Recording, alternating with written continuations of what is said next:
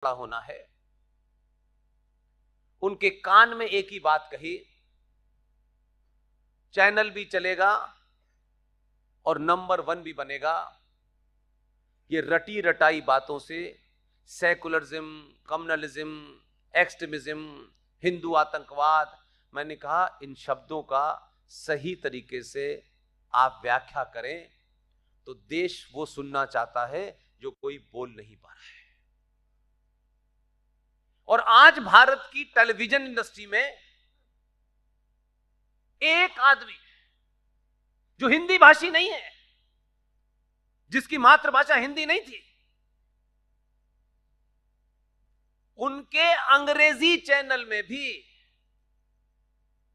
Programme का नाम है राष्ट्र सर्वोपरि। और जब उसने राष्ट्र सर्वोपरि करा और राष्ट्र ने जब अपनी रिस्पॉन्स दी तो हर अंग्रेजी के चैनल में प्रोग्राम का नाम है राष्ट्रवाद।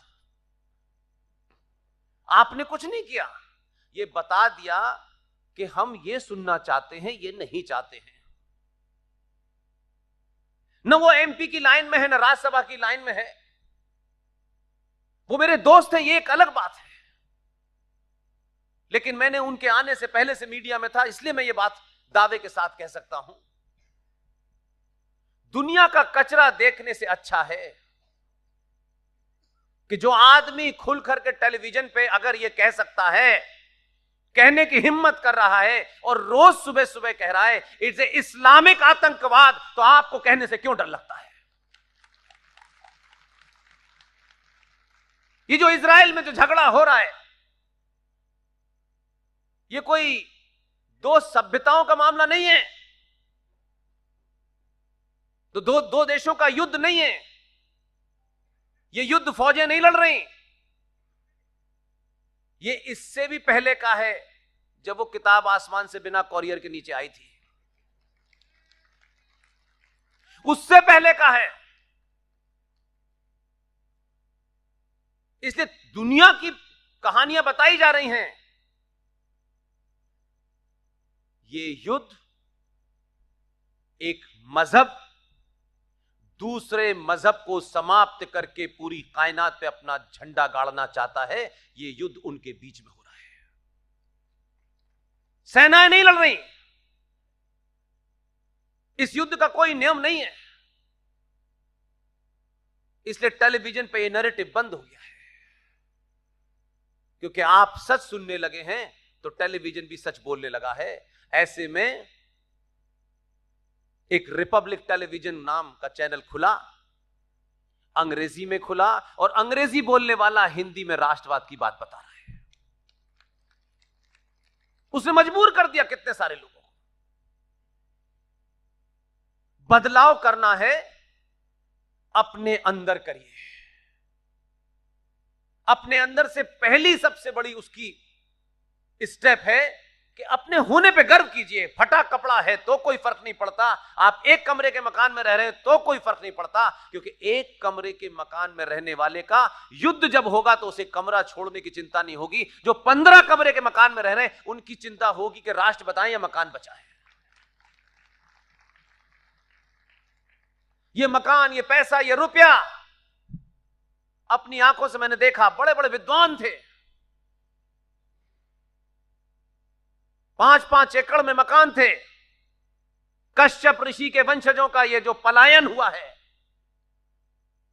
ये 7वीं बार कश्मीर में कश्यप ऋषि के वंशज कश्मीरी हिंदू पंडितों का नरसंहार भी 7वीं बार हुआ है।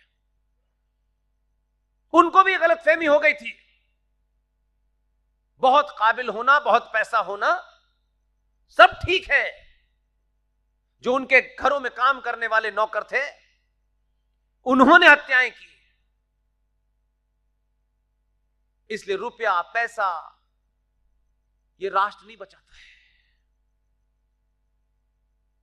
बलिया का एक आदमी किन्हीं हालातों में राजनीति के तहत प्रधानमंत्री बना, और उनके जो लोग उनको सहारा दे रहे थे उन्होंने अपने स्वार्थों से वो समर्थन वापस ले लिया। मुझे ये, मेरा मकसद नहीं ये बताना, जो इसके पीछे की कहानी है जो बताना चाहता हूं, इसलिए मुझे बताना पड़ रहा है। 4 महीने के बाद जो पार्टी उनको सहारा दे रही थी उसने समर्थन वापस ले लिया और सरकार अल्पमत में आ गई। वो प्रधानमंत्री अपने कार्यालय में से निकले तो सारा मीडिया खड़ा हुआ था, हम भी उस वक्त थे, और वो राष्ट्रपति को अपना इस्तीफा देने जा रहे थे। तो बाहर जो बेंच पड़ी होती है, उस बेंच पे एक आदमी ऐसे करके बैठा हुआ था, और चंद्रशेखर थोड़ा अक्खड़ किस्म के आदमी थे, बहुत ज्यादा सुनते सुनाते नहीं थे किसी की। वो तेजी से निकले, राष्ट्रपति को इस्तीफा देने जा रहे थे। एक बेंच पे आदमी बैठा हुआ था ऐसे करके, वो आगे आगे, वो पीछे पीछे, सर सर सर सर, हम सब ने वो नजारा देखा है। तो चंद्रशेखर ने पलट के पूछा उनसे, क्या बात है? बोले आप इस्तीफा देना चाह रहे हैं, मेरा एक काम कर दीजिए। उनका बताइए। उनका मुझे यूजीसी का चेयरमैन बनना है, आप साइन कर दीजिए फाइल पे। तो चंद्रशेखर ने कहा यार इस पे तो प्राइम मिनिस्टर साइन नहीं करेगा, एचआरडी मिनिस्टर साइन करेगा। अब उनको चंद्रशेखर को क्या लगा मैं नहीं जानता, वो बेचारे रुक गए और बोले एचआरडी मिनिस्टर को बुलाओ। वो एचआरडी मिनिस्टर अपने दूसरे धंधों में लगा रहता था। ढूंढवाया गया तो किसी कार में मिले वो,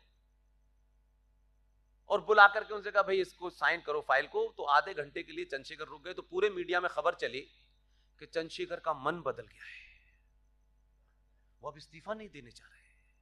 अपने आप ही गढ़ लेते हैं खबर। और वो आए और उसकी एचआरडी की फाइल पे साइन करके उनको यूजीसी का चेयरमैन बना दिया और जाके इस्तीफा दे दिया। आप जानते हैं जो उकड़ू बैठा हुआ था यूं करके आदमी, प्रधानमंत्री के पीछे पीछे भाग रहा था, जिसे अपनी डिग्रियों पे बड़ा घमंड था, वही आदमी मनमोहन सिंह निकला।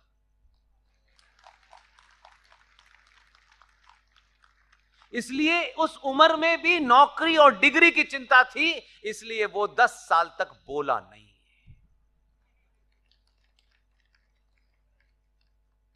इसलिए मैं आज भी लाल बहादुर का शास्त्री जी का सफर देखा होगा आपने, कितना कम समय था।